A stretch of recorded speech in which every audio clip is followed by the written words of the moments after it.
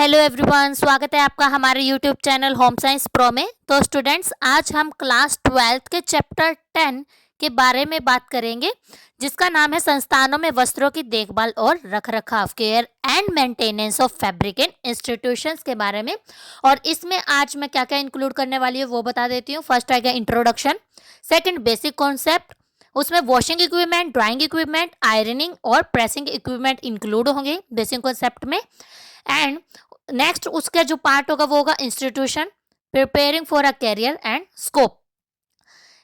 इन सभी टॉपिक्स को मैं आज की वीडियो में कवर करने वाली हूं। तो सबसे पहले हम बात करेंगे इंट्रोडक्शन की।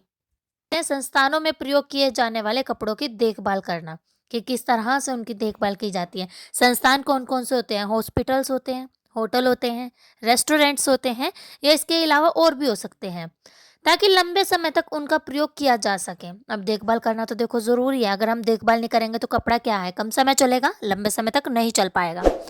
कुछ तरीकों के द्वारा यह कार्य किया जा सकता है। उनको मेंटेन करना, उनकी केयर करना, उनके लिए हम अलग अलग वेज को अपना सकते हैं।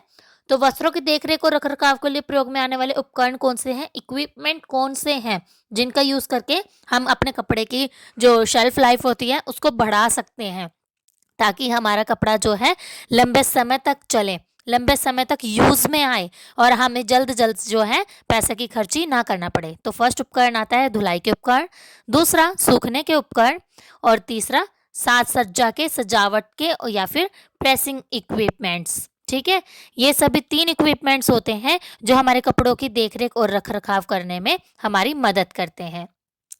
अब धुलाई की मशीन के 2 मॉडल होते हैं। 2 मॉडल कौन कौन से हैं? एक वो जो हम अपने घरों में नॉर्मली यूज कर रहे हैं, टॉप लोडिंग वाली, और दूसरा फ्रंट लोडिंग वाली। फ्रंट लोडिंग वाली कौन सी? जो कि अभी चली हुई है मशीनें, ऑटोमेटिक मशीन्स जो होती हैं वो वाली।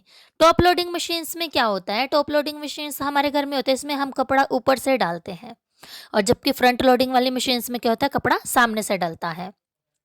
धुलाई के उपकरण मैं आपको बता चुकी हूँ, धुलाई के उपकरण कौन कौन से हैं। मैनुअल ऑपरेटेड, जो कि हस्तचालित हो, वो वाली। फिर है सेमी ऑटोमेटिक मशीन, जो हमारे घरों में यूज होती है, वो वाली। ठीक है, और थर्ड आती है फुल्ली ऑटोमेटिक मशीन, जो कि एकदम से ऑटोमेटिक होती है, जिसमें हमें बहुत कम वर्क करना पड़ता है। हस्तचलित मशीन कौन सी होती है? अब मैनुअल ऑपरेटिंग मशीन की बात कर रही हूँ मैं, हस्तचलित। इन मशीनों में 50% या अधिक काम परिचालक को हाथ से करना पड़ता है। ये वो मशीनें हैं जिसमें ड्रायर नहीं होता था, जो पहले चली हुई थी जिनमें ड्रायर नहीं था, वो हस्तचलित मशीन थी। वो अर्ध स्वचालित मशीन कौन सी है? ये 2 टब वाली मशीन होती है, और समय समय पर वस्त्र धोने वाले व्यक्ति के हस्तक्षेप की आवश्यकता इसमें होती है। ये बीच वाली जो मशीन है ये अर्ध स्वचालित मशीन है, इसमें विद ड्रायर होता है, जो कि हमारे घरों में नॉर्मली पाई जाती है। इस मशीन में क्या होता है कि इसमें भी हम कपड़े ऊपर से डालते हैं और हस्तचलित में भी ऊपर से डालते हैं, लेकिन जो हस्तचलित है उसमें ड्रायर का नहीं है काम, तो उसमें हमारी टाइम कंज्यूमिंग ज़्यादा हो जाती है। और जो अर्धस्वचालित है उसमें ड्रायर होता है, जिसकी वजह से हम क्या करते हैं, प्रत्येक चक्कर के साथ खंगालने का पानी मशीन में हमें इसमें भरना पड़ता है, निकालना पड़ता है, लेकिन ड्रायर भी हो जाता है। पूर्णतः स्वचालित जो फुल्ली ऑटोमेटिक मशीन्स होती हैं वो। अब फुल्ली ऑटोमेटिक मशीन्स कौन सी होती है? जिसमें फ्रंट से लोडिंग की जाती है, जो कपड़ों को खुले में धूप में सुखाना, कपड़ों को सुखाने की सबसे प्रचलित विधि है। उसमें हमें कपड़ों को डालना होता है, थोड़ा सा सर्फ जो है वो लेते हैं, पानी वो खुद से ले लेती है, टेम्परेचर सेट करना होता है, और वो मशीन आपको ड्रायर करके भी दे देती है, आपको कुछ नहीं करना होता। बड़े स्तर पर कपड़ों को सुखाने के लिए ड्रायर का प्रयोग किया जाता है, क्योंकि अभी जैसे सर्दी का मौसम है, कपड़े नहीं सूखते हैं। अगर उसमें हमारी मशीन में ड्रायर ही ना हो तो कपड़े तो पता नहीं कितने कितने दिन में सूखेंगे। तो इससे क्या हो रहा है, टाइम ज़्यादा कंज्यूम हो रहा है। अपेक्षाकृत निम्न तापमान की वायु का उच्च वेग से प्रचलन। इस प्रणाली में कमरे में उपस्थित वायु शुष्क में सामने के पैनल के नीचे से प्रवेश करके ऊष्मा के स्रोत के ऊपर से प्रवाहित होती है। इसमें क्या होता है, जो मशीन के नीचे वाला एरिया होता है वहां से जो हमारे रूम का टेम्परेचर होता है वो अंदर एंटर कर जाता है। अंदर एंटर करने से क्या होता है, उसमें एक ऊष्मा का स्रोत जो है, एक प्रवाह जो है वो उत्पन्न होता है। गर्म वायु वस्त्रों में से होती हुई निकास नली से बाहर जाती है। जब वो गर्म वायु है, जब वो वस्त्रों में से जाएगी तभी तो वो सूखेंगे। इससे कमरे का तापमान आर्द्रता सामान्य बनी रहती है। जब वो कपड़ों में से हवा निकलती है तभी वो निकास नली जो पाइप लगा होता है मशीन का, वहाँ से पानी के साथ जो है वो बाहर आती रहती है और पानी को निकाल देती है, जिससे हमारा कपड़ा सूखा हुआ प्रतीत होता है, हल्की नमी उसमें पाई जाती है। शुष्क में प्रवेश करते हुए ऊष्मा के स्रोत के ऊपर से निकलती है। अब ये उच्च तापमान की वायु का धीमी गति से प्रचलन की मैं बात कर रही हूँ।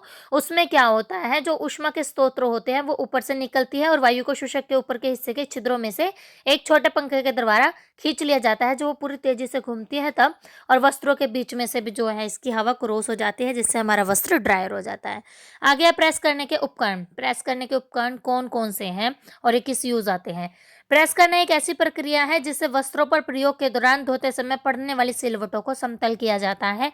समतल मतलब प्लेन किया जाता है, स्ट्रेट किया जाता है, बलों को निकाल दिया जाता है, जिससे हमारा कपड़ा जो है चमकदार दिखाई देता है, अच्छा दिखाई देता है। अब प्रेस के उपकरण कौन कौन से हैं? एक तो है बिजली से चलने वाली प्रेस और दूसरा कोयले वाली प्रेस, जो कि पहले के समय में यूज की जाती थी धोबियों के द्वारा। बिजली से चलने वाली प्रेस क्या होती है? ज्यादातर घरों में चिकनी धातु सतह 1.5 से 3.5 किलो के वजन की ये होती हैं और नॉर्मली ये घरों में ज्यादा यूज की जाती है। कोयले की प्रेस। कोयले से चलने वाली प्रेस एक ढक्कनदार धातु के बक्से की तरह प्रतीत होती है, जिसे गर्म करने के लिए जलते हुए कोयले के टुकड़े इसमें डाले जाते हैं। और आजकल कई लोग गैस से चलने वाली प्रेसों का यूज भी करने लगे हैं, क्योंकि अब कोयला नहीं मिलता इतना इजीली और ना ही इतना सस्ता है, तो इसलिए लोग क्या करते हैं, जो गैस वाली प्रेस होती है उसका यूज करते हैं। अब बात करते हैं संस्थानों में वस्त्र रखरखाव की व्यवस्था के बारे में, कि किस तरह से अलग अलग इंस्टीट्यूशन में वस्त्रों को रखा जाता है, केयर करके, मेंटेन करके, क्या मैनेजमेंट होती है। इंस्टीट्यूशन कौन कौन से? अस्पताल या फिर होटल, रेस्टोरेंट्स, इन सभी में किस तरह के कपड़ों को किस तरह से रखा जाता है। हॉस्पिटल में बेडशीट्स वगैरह होती हैं, तकिए के कवर, कंबल, डॉक्टरों की ड्रेस होती है, पेशेंट्स की ड्रेस होती है। इसी तरीके से होटल्स में भी कपड़े होते हैं, चेयर्स, टेबल्स के कवर, पर्दे, ठीक है, बेडशीट्स, ये सब चीजें भी वहां पर भी होती हैं। तो इन लोगों को ये लोग किस तरीके से केयर करके रखते हैं, किस तरह से मेंटेन करके रखते हैं। पहले बात करते हैं हॉस्पिटल्स की। अस्पताल की धुलाई घर में स्वास्थ्य, स्वच्छता और विसंक्रमण का विशेष ध्यान रखा जाता है, क्योंकि अलग अलग तरह के पेशेंट्स आते हैं, अलग अलग तरह के वायरल इन्फेक्शंस होते हैं, उनको दूसरी तरह के इन्फेक्शन होते हैं, वो दूसरे को ना लगे, इसलिए क्या करना पड़ता है, उन्हें केयर करनी पड़ती है, अच्छे से साफ सफाई रखनी पड़ती है। कई अस्पताल जिनमें संक्रमण का खतरा अधिक होता है। संक्रमण क्या है? इन्फेक्शन है, और उपयोग के बाद फेंक देने वाली सामग्री का प्रयोग किया जाता है, जिन्हें जलाकर नष्ट कर दिया जाता है, जैसे डिस्पोजल्स।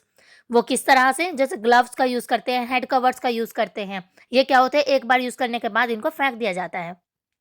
अस्पताल में धुलाई विभाग के कार्य क्या है, उसके चरण कौन से हैं? गंदे कपड़े एकत्रित करना और धुलाई घर में संयंत्रित तक ले जाना। जितने भी गंदे कपड़े होते हैं उनको इकट्ठा करके उनका जो लॉन्ड्री होता है, धुलाई घर होता है, वहां तक उनको पहुंचाते हैं। गंदे कपड़ों को छांटकर अलग करते हैं, वस्त्रों की धुलाई करते हैं, जल का निष्कर्षण करते हैं, नमी युक्त वस्त्रों को सुखाते हैं, और फिर प्रेस करना, तह लगाना, अलग अलग ढेर लगाना, ये सभी अलग अलग डिपार्टमेंट्स होते हैं। आवश्यकता हो तो वस्त्रों की सब मरम्मत करना, सुधार करना अगर कटा फटा हुआ है तो, और अनुपयोगी सामग्री को निपटाना, उनका काम करना, और साफ सफाई करना, वस्त्रों को रख रखाव करना, इन सब का काम होता है। अब बात आती है होटल। होटल में अतिथि सत्कार सर्वोपरि होता है, उनके लिए मेन ही उनका कंज्यूमर जो कस्टमर होता है वही होता है मेन, तो ठीक है।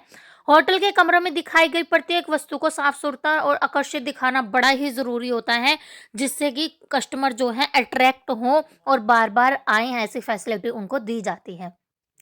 होटलों की सजावट में विभिन्न प्रकार की बनावट और रेशों वाले वस्त्रों का प्रयोग किया जाता है। आपने देखा होगा ज्यादातर वहां पर सिल्क के कपड़ों का, साटन सिल्क के कपड़ों का यूज किया जाता है, क्योंकि वो शाइनिंग देते हैं, आकर्षित करते हैं।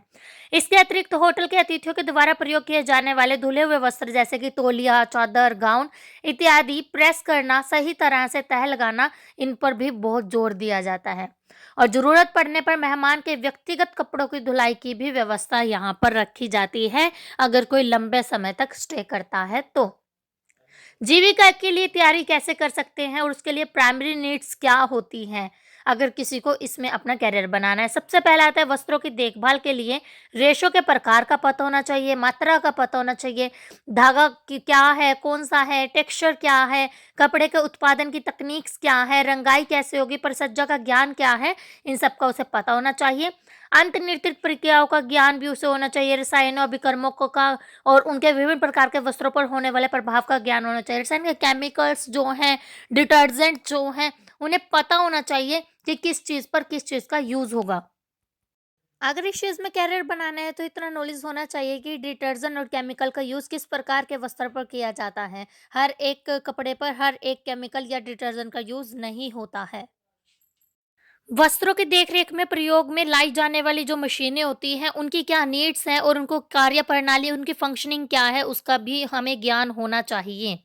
नेक्स्ट आता है शैक्षणिक योग्यता, कि अब हमें क्या-क्या जो है एजुकेशनल पार्ट जो है हमारा वो क्या-क्या होना चाहिए।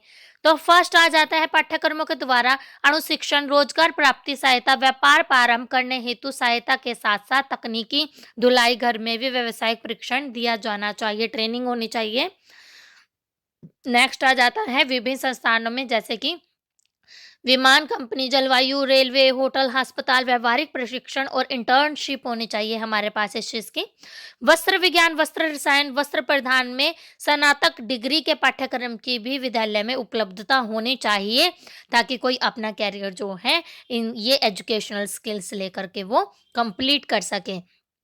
ये सभी योग्यताएँ क्या हैं, आपको आपकी जीविका प्रोवाइड करवा सकती हैं। अब आता है कार्य क्षेत्र, कहाँ-कहाँ पर कार्य कर सकते हैं। सब उद्यमी गतिविधियों में भी प्रवेश कर सकते हैं।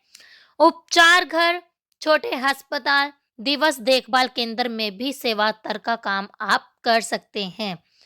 और रेलवे, विमान कंपनियाँ, पोते परिवहन कंपनियां, होटल, अस्पताल जैसी बड़ी संस्थानों में भी, धुलाई घरों में भी आप विभिन्न पदों पर नौकरी कर सकते हैं। तो आज का हमारा ये टॉपिक यहीं पर ख़त्म होता है। आशा है कि ये वीडियो आपके लिए बहुत हेल्पफुल रही होगी और कृपया करके मेरे चैनल को लाइक, सब्सक्राइब एंड शेयर ज़रूर कीजिए। Thank you so much everyone for watching the video.